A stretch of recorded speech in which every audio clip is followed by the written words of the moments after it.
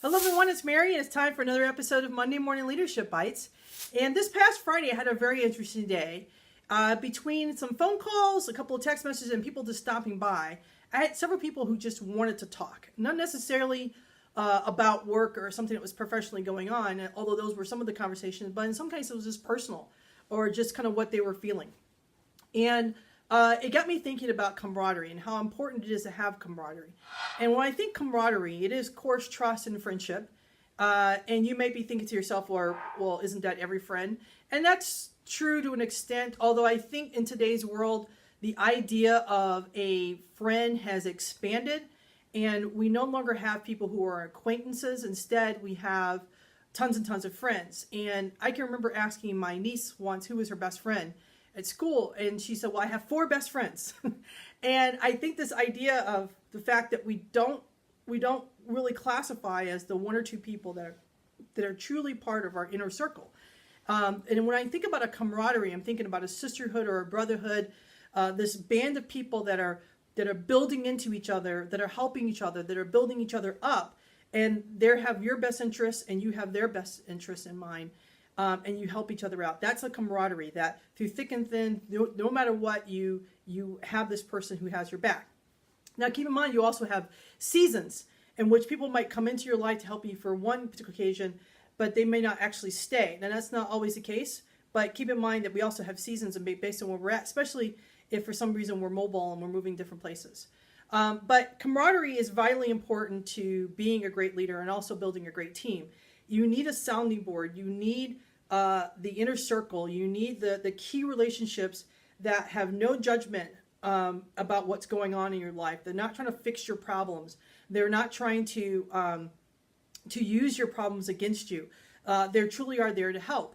And it's important because leaders, while they're never alone, they often feel lonely. And in a lot of cases, they can't discuss their problems with their clients. They can't discuss their problems with their coworkers. They can't discuss their problems with their peers.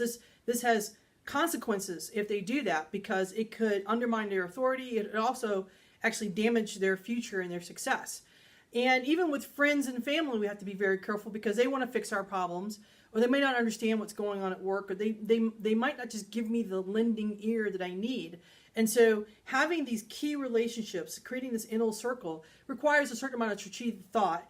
But it's well worth cultivating, and it takes some time to get those key relationships, and you sometimes have to test people out a little bit before you can really bring them into the inner circle, but very, very important. And when I think about my inner circle, I think about 3 things that I look for. One is I look for people who have similar mindset as I do. If I'm someone who's very positive and looking for opportunities, I don't necessarily need someone who's critical. Although sometimes those opposites can help. Maybe not so much as an inner circle, but maybe just as another relationship that I can use as a sounding board, okay?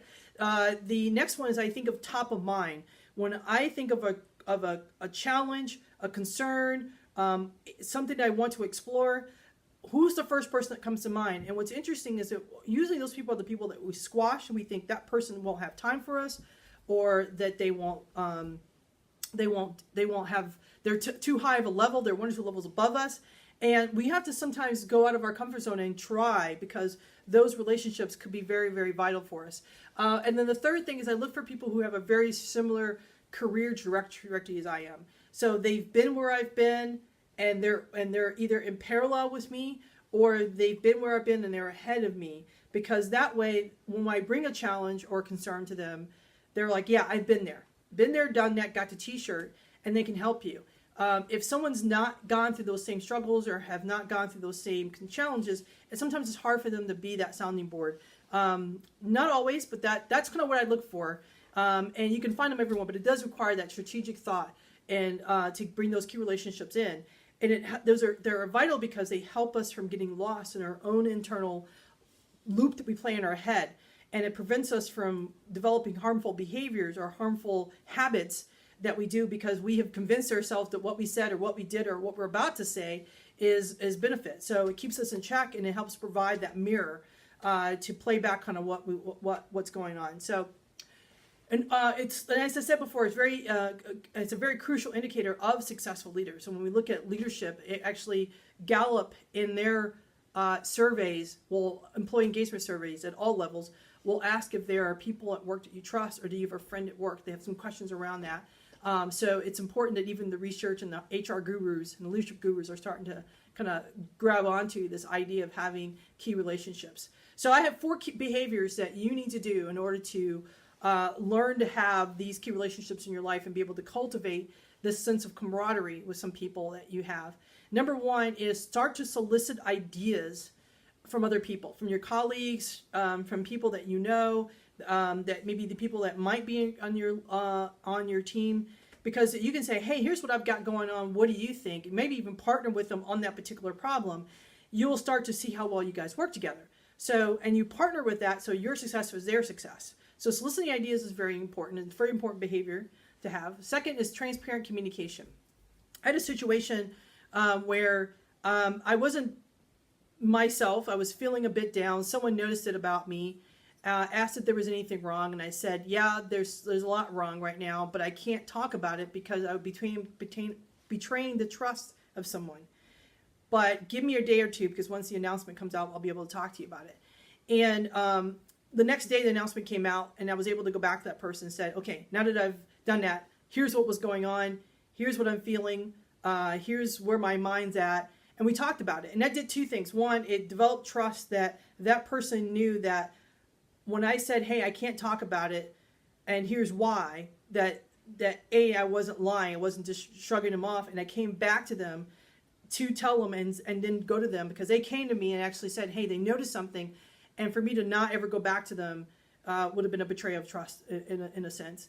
It also, too, allowed me to trust that person, that I was able to then go to them. They didn't press any further about that.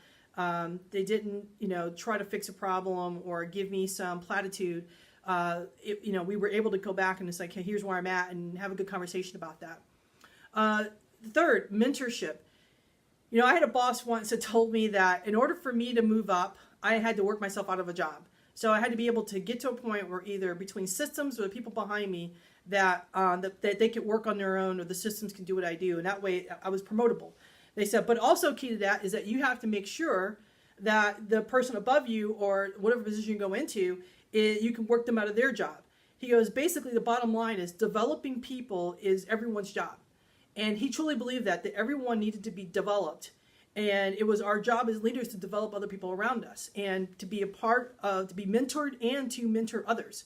And so mentoring is a key behavior that if you can get it to the point where you could start to find people around you that you could mentor and also be willing to be mentored, is a very important behavior and indicator of success for leaders, especially when you want to build this camaraderie. And then lastly, the 4th behavior I would like you to cultivate when it comes to camaraderie is appreciation. When someone does stop by and says, hey, how are you doing? Or they indicate to you that you're having a bad day or a good day, that you appreciate them, that you let them know that, hey, thanks for stopping by, thanks for giving me this, thanks for noting me in the email today, thanks for saying some good things to my boss, thanks for telling me about the issue with my client. We don't do enough appreciation. We take things for granted. I think that is, again, very much a byproduct of the world we live in right now. So being a lot more appreciative of the fact that someone took time to say hello, or someone took time to stop and listen to you. I think that's important that we appreciate, because appreciation begets appreciation. So I want to hear from you. Do you have an inner circle at work? Just type yes or no in the comments below.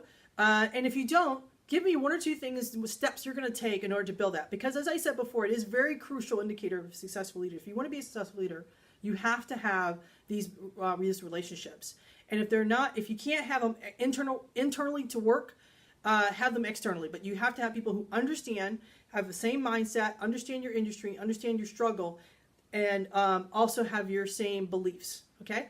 So I want to hear from you. As always, I appreciate your comments, appreciate your text messages and your private messages that you've sent me on this.